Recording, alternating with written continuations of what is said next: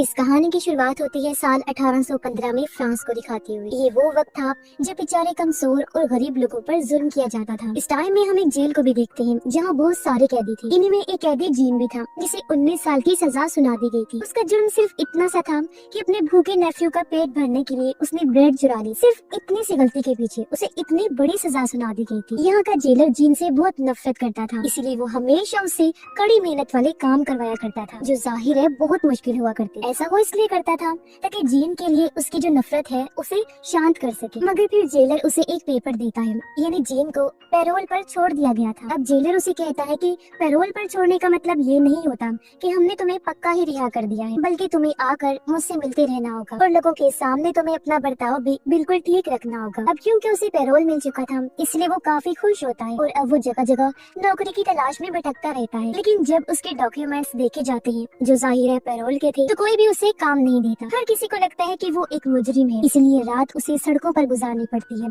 और दिन नौकरी की तलाश में। अब एक दिन एक प्रीस्ट उसके पास है। उन्हें जीन की हालत देखकर तरस आ गया। वो उसे अपने घर ले आते हैं और अपने साथ बिठा कर उसे चांदी के बर्तनों में खाना खिलाते हैं। अब चांदी के बर्तन देखकर उसके दिल में लालच आ गया, इसलिए रात को सबके सोने के बाद वो चांदी के बर्तन चुरा कर वहाँ से भाग जाता है। लेकिन जल्द ही प्रीस्ट के लोग उसे पकड़ लेते हैं और फौरन उसे प्रीस्ट के सामने लाया जाता है। वो बहुत डरा हुआ था। प्रीस्ट अपने लोगों से कहते हैं कि ये चांदी के बर्तन मैंने ही इसे दिए थे, इसलिए इसे छोड़ दिया जाए। अब सबके जाने के बाद वो जीन को कहती है कि तुम बुरे नहीं हो, मैंने तुम्हारे अंदर अच्छाई देखी है और अब मैं चाहता हूँ कि तुम इन चांदी के बर्तनों से एक नई जिंदगी की शुरुआत करो, एक अच्छे इंसान बनो और जैसे आज मैंने तुम्हारी मदद की है तुम भी कल को इसी तरह किसी की मदद करना जब भी तुम्हें मौका मिले। अब ये सुनकर जीन हैरान होने के साथ साथ खुश भी हो जाता है। उसने प्रीस्ट का शुक्रिया अदा किया, जिसके बाद वो अपने पैरोल के पेपर को फाड़ कर एक नई जिंदगी की शुरुआत करने के लिए शहर ही छोड़ के चला जाता है। इसके बाद कहानी में 8 साल गुजर गए और हमें फिर से जीन दिखाया जाता है। उसकी आज खुद की एक फैक्ट्री है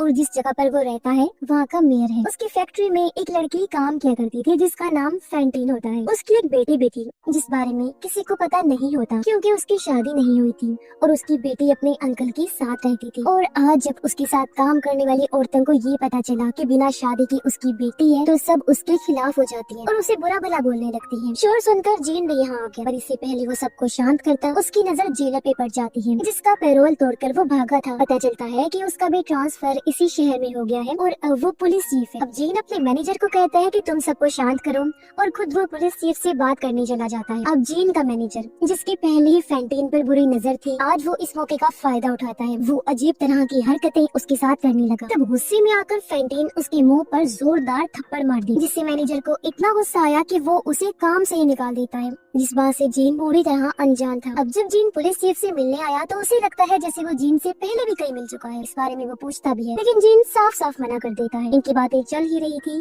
कि तभी इन्हें बाहर से शोर की आवाजें सुनाई देती हैं। दोनों भागकर बाहर जाते हैं तो पता चला कि जीन का एक वर्कर गाड़ी के नीचे आ गया था, जिसे देख जीन खुद गाड़ी को उठाने लगता है। अब उसकी गाड़ी उठाने की स्टाइल को देखकर पुलिस चीफ उसे पहचान जाता है कि ये वही आदमी है जो 8 साल पहले पैरोल को तोड़कर भाग गया था जब मैं जेलर था।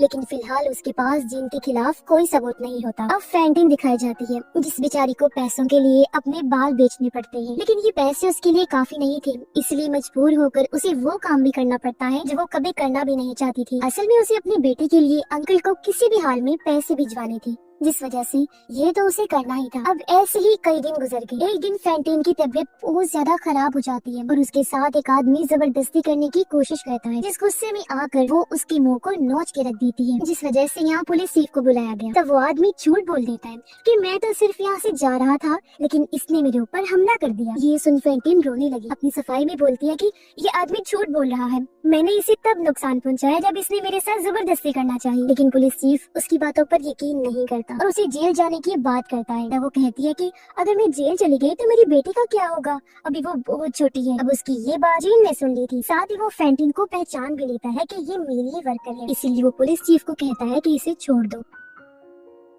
और अब जीन उससे पूछता है कि बताओ तुम्हारी इस हालत का जिम्मेदार कौन है। तो फैंटीन गुस्से में कहती है कि ये सब तुम्हारी वजह से हुआ है। मैं तुम्हारी फैक्ट्री में काम किया करती थी ना, मगर तुम्हारे होते हुए भी तुम्हारी मैनेजर ने मेरे ऊपर झूठा इल्जाम लगाकर मुझे काम से निकाल दिया, जिस वजह से ना चाहते हुए भी मुझे वो सब करना पड़ा जो आज मेरी ये हालत है। ये सुनकर जीन पूरी तरह चौंक जाता है। उसे बुरा भी लग रहा था कि मेरी वजह से आज एक लड़की इस हालत में है। वो बहुत जख्मी होती है, इसलिए जीन खुद उसे उठाकर हॉस्पिटल लेकर जाता है। अब पुलिस चीफ जीन के पास आया। वो कहता है कि मुझे माफ कर देना क्योंकि मैंने आपको पैरोल से भागा हुआ मुजरिम समझा, क्योंकि वो मुजरिम तो पकड़ा गया है। ये सुनकर जीन पूरी तरह हैरान रह गया। वो सोचता है कि मेरी जगह आखिर किस बेगुनाह को पकड़ लिया गया है और किस बेचारे को सजा मिल रही है। ये चीज वो बर्दाश्त नहीं कर सकता था, इसलिए वो खुद कोर्ट जाता है और वहाँ कहता है कि मैं ही वो इंसान हूँ जो 8 साल पहले पैरोल तोड़कर भागा था।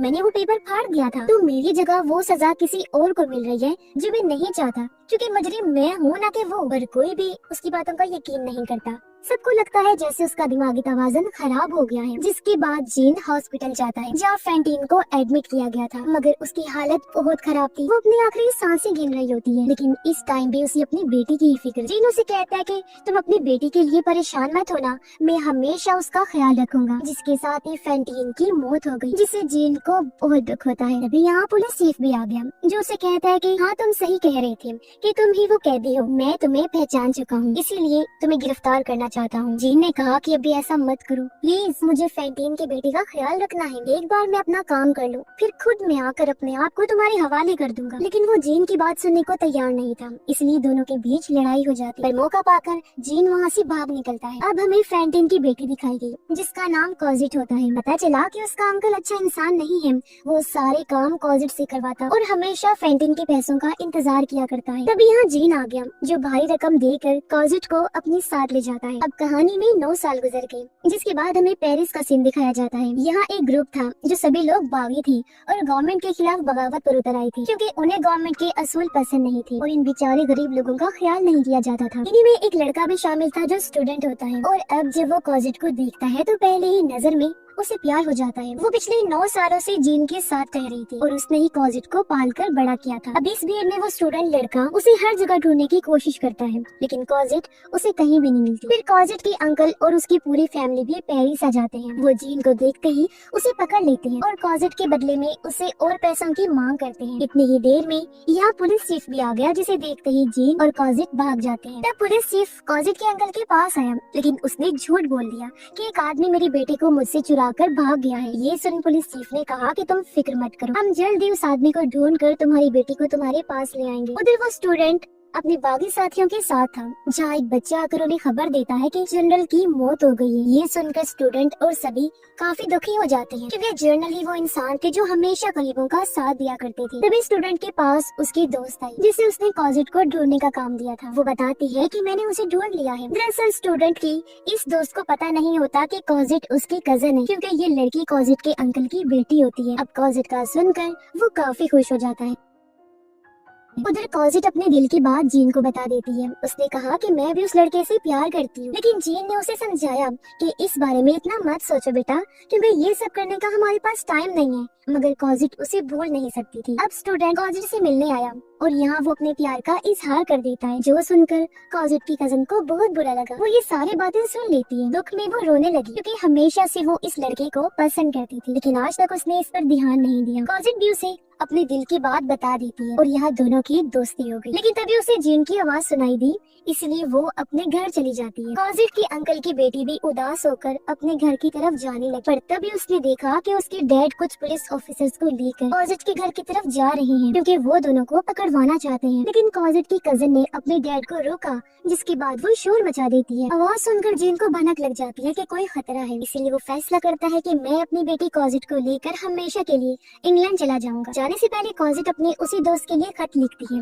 जिससे वो अपनी अंकल की बेटी को दे देती है, ताकि वो उसे लड़के तक पहुंचा सके और उसे भी पता चल जाए कि वो इंग्लैंड जा रही है। अब जब जनरल का फ्यूनरल होता है, जब उन्हें दफन करने के लिए ले जाया जा रहा था, तो यहाँ बहुत सारे बागी लोग भी खड़े होते हैं, जिन्होंने जनरल के गुजर जाने के बाद एक प्रोटेस्ट छेड़ दिया, यानी कि गवर्नमेंट के खिलाफ उन्होंने एहतजाज करना शुरू कर दिया, क्योंकि वो यहाँ की हुकूमत को गिराना चाहती थी। अब गवर्नमेंट इस प्रोटेस्ट को रोकने का काम उसे पुलिस चीफ को देती है, जो प्रोटेस्ट का पता लगाने और इनके बड़े बागी लीडर्स को पकड़ने का इरादा करता है, जिसके लिए वो बागियों का रूप धार कर इन्हीं लोगों में शामिल हो जाता है। लेकिन एक बच्चे ने उसे पहचान लिया, इसलिए सब बागी उसे पकड़ लेते हैं। लेकिन रात के टाइम पुलिस इन बागियों पर हमला कर देती है और बदकिस्मती से एक गोली कॉजिट के कजन को भी लग जाती है, लेकिन मरने से पहले वो लेटर को कॉजिट के दोस्त को दे देती है, क्योंकि वो एक अच्छी इंसान थी, अपने माँ बाप जैसे बिल्कुल भी नहीं थी, जिसके बाद उसकी मौत हो जाती। और अब कॉजिट का दोस्त वो लेटर पढ़ के उसके लिए भी एक लेटर लिखता है, जिसे उसने एक बच्चे को दे दिया और कहा कि इसे तुम कॉजिट को दे देना। लेकिन लेटर जीन को मिल जाता है, और जब उसने वो पढ़ा तो उसे भी एहसास हो गया कि कॉजिट और वो लड़का एक दूसरे से बहुत प्यार करते हैं। साथ ही वो उस लड़के को बचाना चाहता है, क्योंकि उसे एहसास है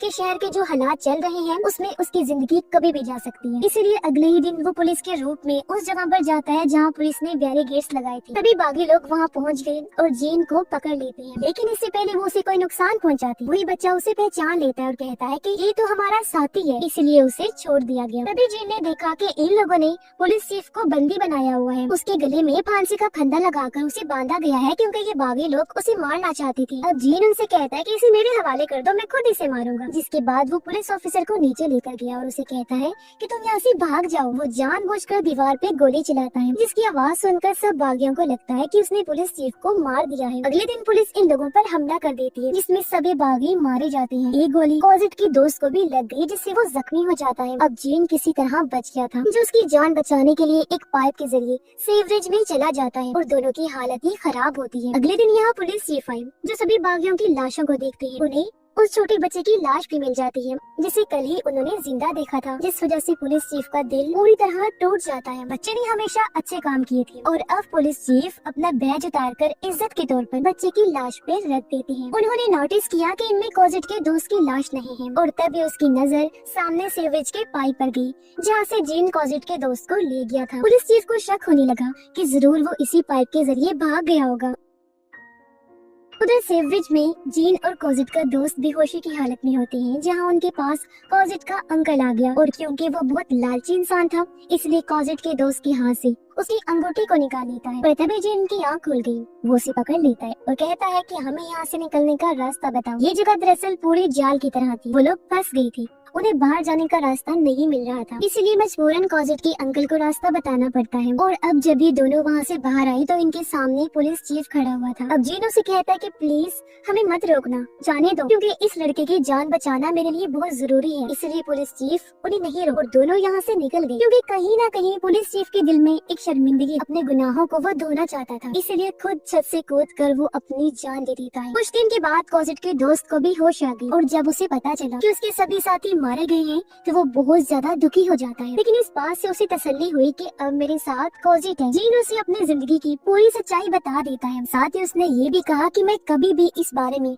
कॉजिट को नहीं बताऊंगा, वरना वो टूट जाएगी। जिसके बाद जीन उन दोनों से हमेशा के लिए दूर चला जाता है, क्योंकि वो नहीं चाहता था कि उसके माजी की वजह से कॉजिट और उसके दोस्त की जिंदगी पर कोई असर पड़े, उन्हें किसी मुसीबत का सामना करना पड़े। इसके बाद कॉजिट और उसका दोस्त शादी करने का फैसला करते हैं, मगर उससे पहले एक बार फिर कॉजिट का अंकल और उसकी वाइफ यहाँ आ जाते हैं। उसका अंकल कॉजिट के दोस्त को ब्लैकमेल करने लगा कि अगर तुमने मुझे पैसे ना दिए तो मैं सबको बता दूंगा कि तुम एक बागी थी और तुमने भी गवर्नमेंट के खिलाफ प्रोटेस्ट किया था। वो ये भी बता देता है कि जिस दिन तुम्हारे सभी बागी साथी मारे गए थे उस दिन जीन ने ही तुम्हारी जान बचाई थी। दरअसल अब से पहले इसे नहीं पता था कि जीन ने ही उसकी जान बचाई है, ये उस टाइम बेहोश जो था। और अब ये सुनने के बाद उसे एहसास हो जाता है कि मेरे ऊपर जीन का कितना बड़ा एहसान है और मैंने उसे ऐसे ही जाने दिया। इसीलिए वो कॉजिट के अंकल से जीन का पता पूछता है। अब हालांकि वो बताना नहीं चाहता था, लेकिन जब कॉजिट के दोस्त ने उस पर हमला किया तो मजबूरन वो जीन को बता देता है। और अब वो कॉजिट को लेकर उस जगह पहुंच जाता है जहाँ पर जीन था। जीन की तबीयत बहुत ज्यादा खराब होती है, वो बिल्कुल अकेला था, अपनी जिंदगी की वो आखिरी सांसें ले रहा होता है। मरने से पहले फैंटीन की आत्मा उसके पास आई और कहती है कि तुम्हारा बहुत बहुत शुक्रिया, तुमने मेरी बेटी का इतना ध्यान रखा। इतनी ही देर में यहाँ कॉजिट और उसका दोस्त भी आ जाते हैं। अब जीन मरते मरते कॉजिट को एक खत देता है और कहने लगा कि मेरे गुजर जाने के बाद ये खत जरूर पढ़ना। इतना बोलकर उसकी भी मौत हो जाती है, जिसे कॉजिट और उसका दोस्त पूरी तरह टूट जाते हैं। मरने के बाद हमें जीन की आत्मा दिखाई गई जो फैंटीन के साथ होता है, या वो प्रीस्ट को भी मिलती है, जिसके एक एहसान ने जीन की पूरी जिंदगी बदल के रख दी। अगर उन्होंने उसे वो चांदी के बर्तन और वहाँ से भागने का मौका ना दिया होता तो शायद वो पूरी जिंदगी जेल में सड़कर गुजारता। हालांकि उसकी जिंदगी का कोई मतलब नहीं था, मगर उसने अच्छे काम किए जिस वजह से उसकी जिंदगी का मकसद ही बदल गया। और जैसा कि प्रीस्ट ने कहा था कि दूसरों की मदद करना, तो इस बात पे उसने खूब अमल किया। जब भी उसे मौका मिला उसने हर किसी की मदद की। इस वजह से उसने खुशी खुशी मौत को गले लगाया। और जो लेटर उसने कॉजिट को दिया था उसमें जीन की पूरी सच्चाई थी, यानी कि उसे भी जीन की माजी के बारे में सब कुछ पता चल गया था। इसलिए हमेशा वो भी जीन को अच्छे लफ्जों में याद करे और उसकी आत्मा को भी सुकून होगा कि मैंने किसी से कुछ नहीं छुपाया। वो सबके दिलों में एक जगह बना गया था, इसलिए मरने के बाद भी इतना खुश था। और इसी के साथ ही इस फिल्म की कहानी यहीं पर खत्म हो जाती है।